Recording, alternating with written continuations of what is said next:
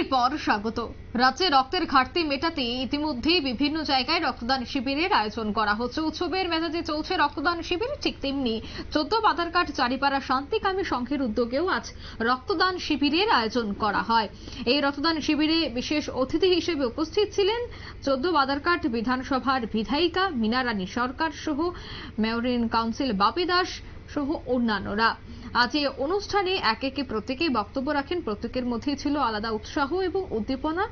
উপস্থিত অতিথিরা রক্তদান শিবিরটি ঘুরে দেখেন। আগামী দিনেও শান্তিকামী সংঘ এই ধরনের সামাজিক কর্মসূচিতে এগিয়ে থাকবে বলেই তারা জানাচ্ছে। কি উঠে আসছে, অতিথিদের কি বক্তব্য শোনাচ্ছে।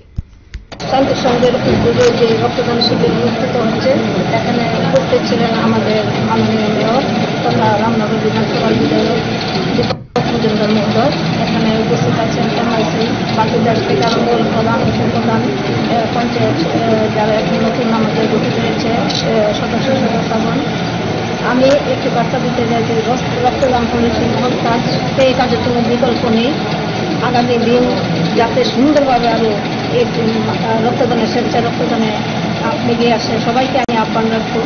আর আমাদের যে আজকে এখানে রক্তদান হচ্ছে, এখানে যারা এই উদ্যোগ নিয়েছেন এবং যারা স্বেচ্ছায় রক্তদান দিচ্ছেন তাদেরকে আমি আন্তরিক হৃদয়ের অন্তঃস্থল থেকে ধন্যবাদ জানাচ্ছি।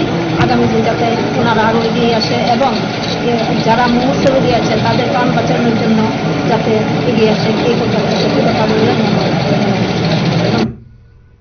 আপনারা শুনলেন বিধায়িকার বক্তব্য। এ ধরনের রক্তদান শিবিরের উদ্যোগ গ্রহণ করার জন্য প্রথমে তিনি ধন্যবাদ জানিয়েছেন শান্তিকামী সংঘকে এবং আগামী দিনেও এই ধরনের উদ্যোগ জারি রাখার তিনি আহ্বান জানিয়েছেন। এছাড়া সমস্ত অনুষ্ঠানের জন্য রক্তদান শিবির একেবারে প্রথম সারিতে থাকে, সেই দাবি বা সেই উদ্দেশ্যে বার্তাও দিয়েছেন বিধায়িকা। নিয়ে নিচ্ছে ছোট্ট একটি বিজ্ঞাপন বিরতি, সঙ্গে থাকুন।